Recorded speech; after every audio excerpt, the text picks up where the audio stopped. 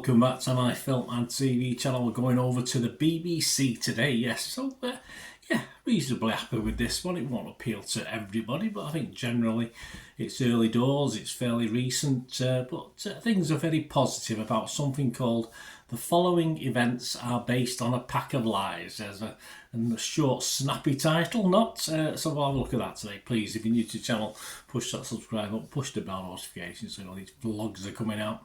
And give us your support, reviews, information, vlogs, previews, try and do everything film and TV, and all your comments, as always, will always be very, very welcome on this or anything to do with film and TV. Just let me know. Right, BBC One television series started on the 29th of August 2023, but all episodes are on BBC iPlayer, which is where I binge watched it, as I tend to try and do with these things. Yes, and there are 5 episodes, 58 minutes per episode, so almost an hour each. A mystery thriller, basically about a con man, yes, which is always a good watch.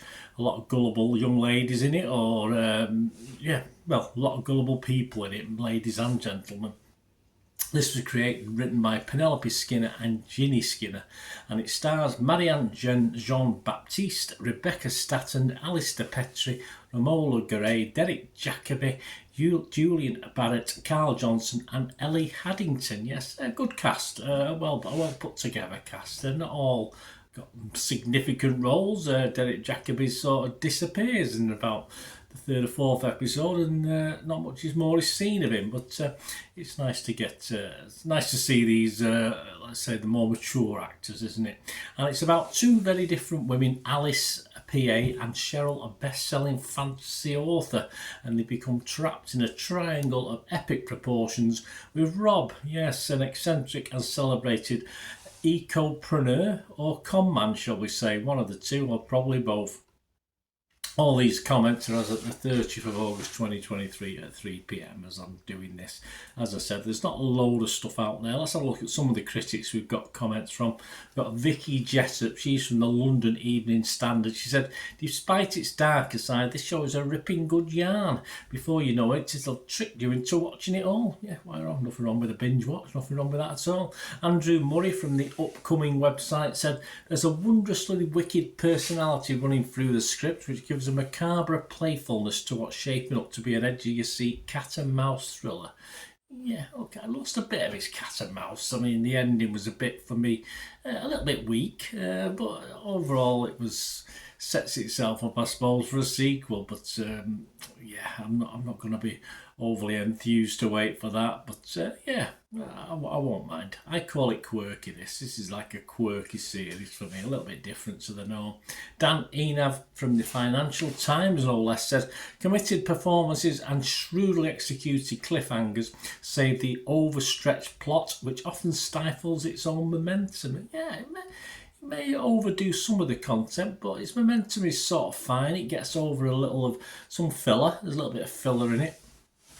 So, Internet Movie Database, Joe Public, only 46 scores and reviews left so far, and it's getting 7.3 out of 10, which isn't too bad. That's gone up from 7.1 with a 7 or 8 reviews fewer when I looked a couple of hours before I did this, and I just checked before I came on. So, all positive. I think that'll average out around about 7, I would have thought, long term. My thoughts, and they're very brief on this.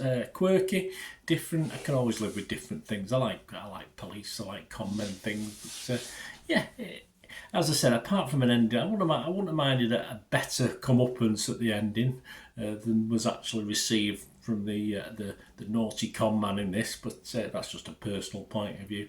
Characters both good, and a little bit frustrating at times. You know, the naivety, and you do. There have been comments on a couple of the sites I've looked at from user reviews about real life, and yeah, you can certainly equate this to what goes on in real life and how people do get dragged in and drawn in by certain people, and a lot of people are very gullible, as we know. It's a shame, but that's how it is. Some people are very what's the word? Are very not gullible, but hoping for something nice. Perhaps they've had something bad happening in their lives, and something sort of comes around that's too good to be true, but they have faith that it is too good to be true. But So there are sort of comparisons to real life, of course, in this, and it's very sad to think that in a way, because we know this does go on. 5 almost 1 hour episodes. Yeah, I think it was at the limit of what it should be. There's a little bit of filler, but I think it just about got away with it. I was occasionally, not dozing off, but occasionally just losing a slight little bit of interest at times. But as I say, it soon sort of dragged you back in, because you do want this horrible person to get the comeuppance, and so you're aiming for that to happen. As I said, he didn't perhaps get as much as a comeuppance as I would have liked, but anyway, that's I enjoyed it, and that's all there is to it. A little bit quirky, a little bit different to what's out there. My scores, yeah, if it was Rotten Tomatoes, I would go fresh on this one. If it was Metacritic, I would class this as positive. And my score for this, yeah, I did do the score about half an hour before the end, and perhaps I probably should knock it down a little bit because I didn't like the ending, but I'll still stick it up there. I'll stick it out as a 7 out of 10, which is, I think, what the Internet Movie Database is going to just about average out at. And yeah, an interesting watch. Don't think too much. I say it is based on real life incidents and real life things go on, and it's such a pity, but I say it's fiction, it's not real. This is just entertainment, and as entertainment, I'll give it a 7 out of 10. Thanks for watching, guys. Let me know what you think. We're great to hear from you.